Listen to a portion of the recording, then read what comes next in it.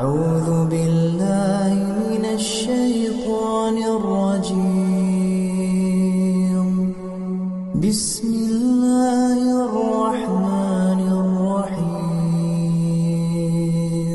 وطعاما ذا غصة وعذابا أليما يوم ترجف الأرض والجبال وكانت الجبال كثيبا مهيلا إنا أرسلنا إليكم رسولا شاهدا عليكم كما أرسلنا إلى فرعون رسولا فعصى فرعون الرسول فأخذناه أخذا وبيلا فكيف تتقون إن كفرتم يوما يجعل الولدان شيبا السماء منفطر به كان وعده مفعولا إن هذه تذكرة